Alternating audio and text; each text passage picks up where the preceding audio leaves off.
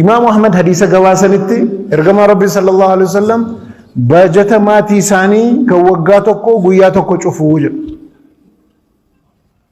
بجت وجا كماتي غياتكو شوفو مالك شو ماتي كل أفر وان وجا كيسة تجرب برباچي سو غياتكو شوفو أبان كبينيا جرا جدا محرك كماتي تكو شوف إني كان جي أن باسا إني كان توربي دام باسا إني كان غيا دام باسا كونس جراك غربراتي نمو مالن أبا كبينيا تاونا كيكا ويتنا ما كيست مال أبان كبينيا نغادين جنة تنقلو يوغلس وغادي بشن فتشمي مرمرمي نورت كان لما كيس قلب مرات كان افو مالين انا اركم دوار ابو تقتو جنة تقلولا نمر باجي سمونا ما كيس قلا احسن رب رسول نغادي كلران مبارك للجري نبي كلوكا شهيد كلوكا صديق كلوكا كاظم يوم القيامه Bukan dalil temu. Yakki bayenani ma fatanana idduda bekamal. Namun dilu yawmal qiyamah mila san sochosu mala magafata mut wa afur jadan min afur kesa laman kun way malaqatin bar. Ubattanitu malaqa isa horatte mal ittibafte miti inolu echu. Kanafu mali ni gafin kunu kanu fe muslim ni malaqa ni horata ni basa kan jedu kun normally defaulting kana male akka duniya ni san barbachesnetti miti.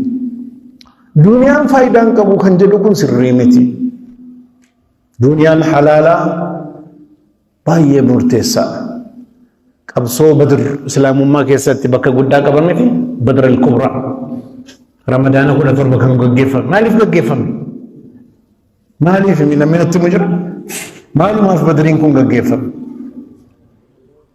بزنس في مالك في نمني دغتا ورا مسلموتاتي مكة يروجرنو كبين الرسامة أريامي بيا بهمتي وري كبين زاني سامسون كبين جرا مسلم الرسامة فراني دلدلتين دلدلام كبين سنة كبتني مدينة برد برفتن جرا أبو سفيان صحابوني رسول الله صلى الله عليه وسلم هذا كان ولي مريتاني جنبو دمان كبين نجلا سامة من يدي بسيفنا كأجدن ديبسي سوراف بهن غاف بهن ور مكة جرن جرى أبو جهل مو مال لغهن كبيني ديبسي فتشوداف ور مسلمة بهي جرني ور سلب كبيني بران تور جرى أبو جهل دچاني افن أبو لهب أبو جهل افن غاف دفنو أبو سفيان مو كراكت تاموريدو كتي مكة فوري غلق كبيني سنة أما يروكنا مالتو تي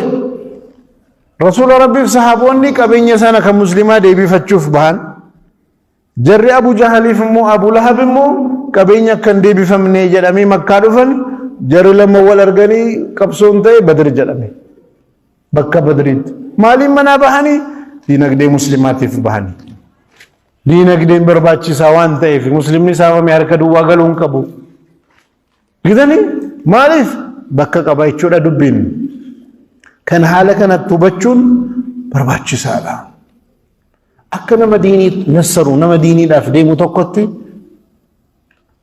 هركا نمتهي لچون قبنون اوف دندأو قبنا بياف حفو قبنا نمي بكسا دي تقودما نموني توكو توكو كان نمرت تركتن تجرو واي جرينيا واي مالي وجي وجتنو دلتبادا مالي سبب قوام بربادي هتو جرو جرا مال نمرت تركتن ورّي لما فامو ورّا أوف دندأ ورّي سدفاني مو أوف دندأ وبرد برفتني بك خيريت كان أرجمن حواسف كان كبانو نما براتف كان كان سدن كان خيسا كمين تاو بربانا ورّا نمرت تركت ثانمو ورّا أوف دندأ نما براتي ومانغون ثانمو ورّا برد برفتي نما برا خدمي ثانا فلنون جرو سدن كان دين إسلام كيست بك ورّي كبان of دنداني نما براتيف خيري والرأول حتى رسول ربي صلى الله عليه وسلم مالك ديني راب صدقاء كنا قفا بيك نميتي كنا يروجلن أول سانتو كنا قبسو دينيتيف مالكا هوغن سوا انتانيف نمرا سسابني تنقب سهري فهمنا قرومت ربي مالجل لكن الرسول والذين آمنوا معه جاهدوا بأموالهم وأنفسهم قروجل ارجمان ربي في ورّي أمنا أبين أوفيت مالك أوفيتهم بأموالهم أبين أوفيتهم نفسي أوفيتهم دين أفكب سهاني إيه رسول ربي صلى الله عليه وسلم كبين ساني ديني لا باسني كب سهاني نمي ديني ببلسو بربادو ديني لا كبين ساتين كب ساو كبا مدرسة أبتك كان إجارو كبا ما لفعل الخير إنما برغافت ما في كلا بكبر ديما وان ديني بربادي كبسو كرا ديني رجل مالك ساتين أنا لها أنا تؤبالا جدي ما ندفني ما في نما برارا كدتا ما في روحن دك واتو كدينين كنيا مسكينة كفتي ما في العالم وني أجايب أمو ربنا الدنيا كان رد بك مسلم نجر هندا بيه هدو بيه ربا بوبا أتجر بيه كان البودا الدجاجر بيه كان لفقنا ببريدا بك مسلم نجر هندا الدنيا رد ربي واتكنير garuu jarri immoo keenya achi jedhanii hedduun jara dagataniiru. Hajjii warri deemtan utuu amma Makkaa Madiinaa deemaa laala. Utuu ifaan qabaanne, jenereetara hin qabaanne, aspaaltii utuu hin qabaanne, gubaa sana waliin wanni qabbaneessu utuu hin jiraanne ni bareeda moo ni jibbisiisa? Jibbisiisa. Kanatu diinii sadarkaa isaallee ol fuudhuu keessatti jira jechuudha. Gaafa dhaqxanii argitan hajjii barana darbe kana. Saudi Arabian Makkah keessatti elektirikiin Makkah keessatti fayyadamte elektirikii Itoophiyaan guutuu qabduun wal qixa ture. Makkah keessa qofatti Aljazeera irratti bahee ture riippoortiin meegaawaatii hammana fayyadamte kuma hammanaa jedha meegaa laallu waan Itoophiyaan biyya guutuudhaa qabtuun wal qixa.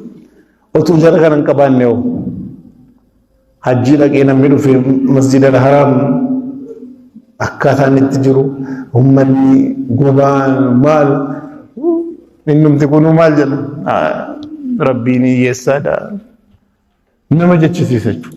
Rabbiin muslima bakka jiru hunda waa itti kenneera itti fayyadamuu wallaaluun diiniidhaaf oolchuu dhabuun waanuma jiru ta'u waliin rabbiin garuu muslimoota waa hedduu kenna. Lafa jarri irra jiranu biyya hedduu dhaqxan biyyi qonnaa jedhamu biyya tokko tokko keessa biyya muslimni irra jiru.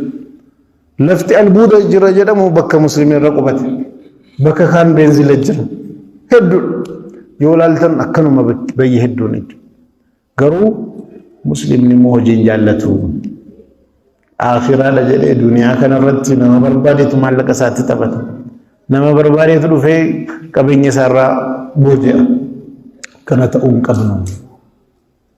Muslimni tokko ofiif qofa jiraachuu hin qabu. Ofii fillee yoo jiraate warri tokko tokko immoo jiru. Biliyoonaraa waardiyyaa mana namaa eegu wal qixa. Zaahira jara gaafa laaltan waa tokko uffannaarraa akkaataa mana jaraa waa tokko. Kanas ta'uu hin qabu. Rabbiin ni'imaa isinii oole isin irratti arguu barbaadaa jedha. Waan isinii kenne sana uffannaa keessan irratti, maatii keessan irratti, jireenya keessan irratti isin irratti arguu barbaada. Achin boodamu waa'ee rabbiin waan isinii oole akka dubbattanus barbaada. Akkana ture garuu maalinni kan itti fayyadamne jira. Qabeenya sassaabanii yoo zakaan kafalle yoo haqqii isin baafne ittiin adabamu jiru. Yoo haqqii baafne garuu qabeenya balleessaa wanni jedhame jiru. Waan ajaa'ibaa tokko jira. Diin Islaamaa keessatti waan ajaa'ibu keessaa tokko Sa'd ibn Abi Waqqaas radiyallahu anhu sahabaa beekamaadha. Dhukkubsatee du'annatti dhufte jedhee sodaate. Ana dhukkubsatu gaafachuudhaaf ergama Rabbii sallallahu alaihi wasallam dhaqanii bira ta'anii gaafatanii maal jedhanii qabeenya kan koo kana sadaqaa guutuu isaa kennuun barbaada jennaan hin kenninii jedhanii. Harka sadi keessaa harka lamaan kennuu barbaada jennaan hin kenninii jedhan. Walakkaan kennuu barbaada jennaan hin kenninii jedhan. Harka sadi keessaa harka tokko hin kennina harka sadi keessaa harki tokko hedduudha haa ta'uu jedhan. Chimbooda maal jedhan? Ijoollee kan kee hiyyeessa gootee du'uurra ijoollee kan kee sooressa gootee du'uutu rabbiin biratti si caalaa jedha. Kitani ijoollee keessan sooressa gootee du'uutu rabbiin biratti si caala. Inni nan du'a jedhee sodaateen parsantii 100 gaafa fayyaa kennuun rakkina hin qabu. Garuu kan godhumeera achittan argadhaa waa'ee jaraa isaaba keessan galchine.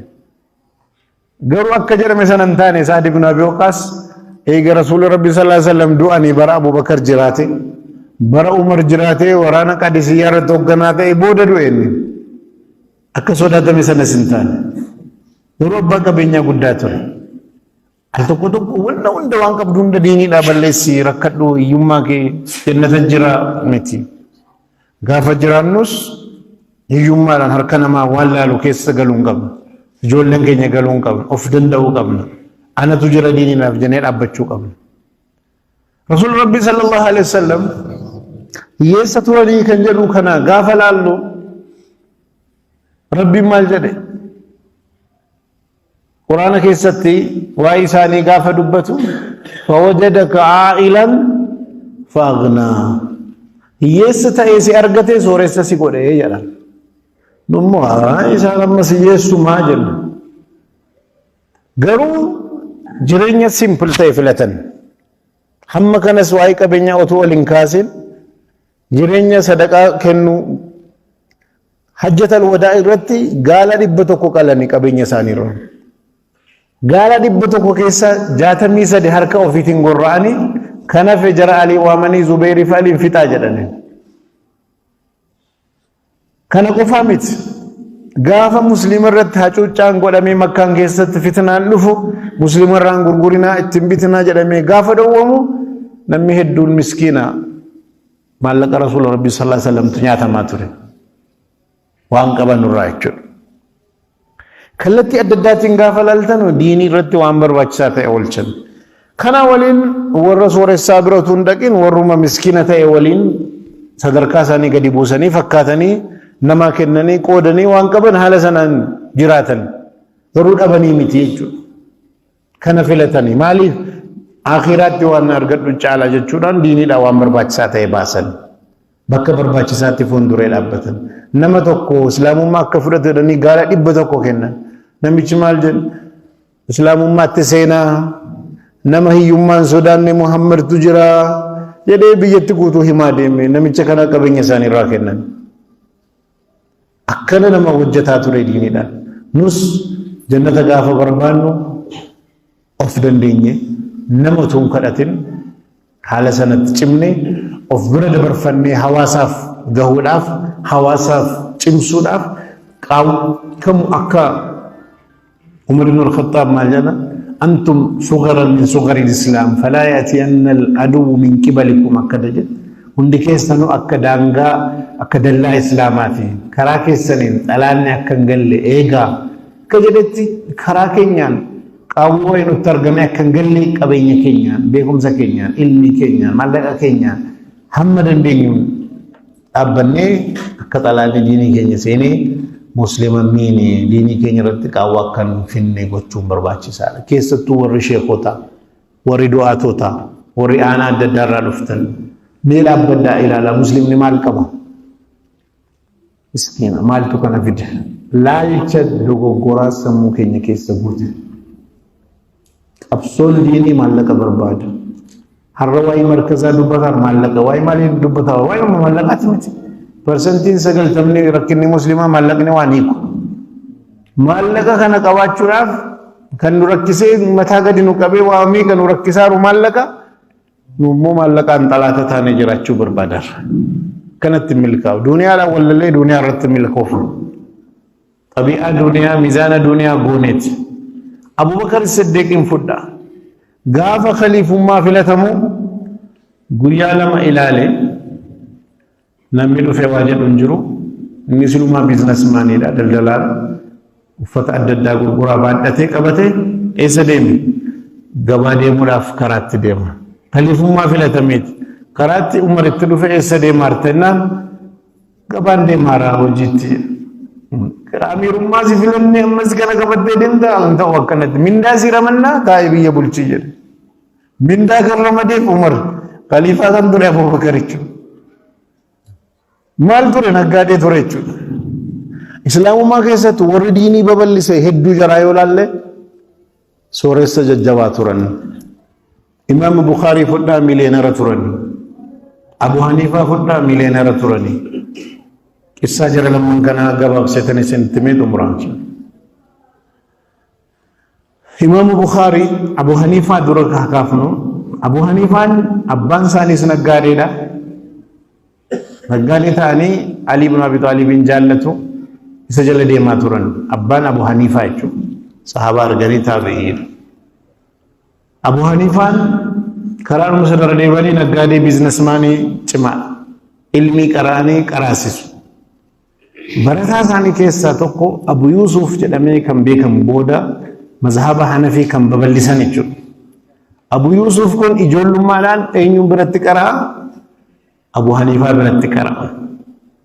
Otuma takka qara'aaru abbaan Abu Yuusuf kun dhufee kai jedhee ari'ee maal godheeni? Qiraatii irraa baase.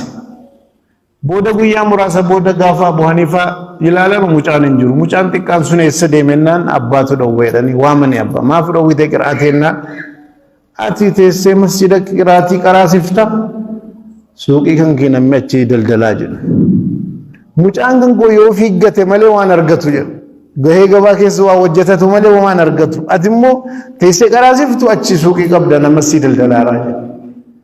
Achumaan Abu Haniifaan guyyaan kun mucaan kun guyyaatti fiiggee dalagatee hammam argataa jedhanii gaafatanii hammanan argata jennaan waan inni argatu guyyaa guyyaadhaan anatu kafala dhiisiin taa'ee haa qara'u jedhan.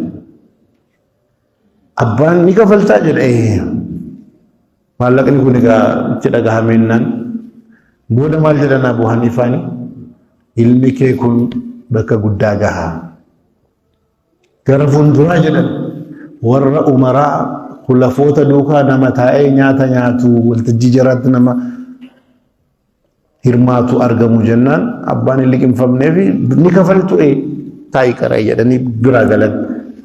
Haala kanaan qara'ee Abu Yuusuf namni Abu Haniifaa aalee mazhaba isaanii babal'isee Abu Yuusuf gaafa Khaliifaa Haaruun Rashid filatamu qaadii qudaatu godhamee filatame.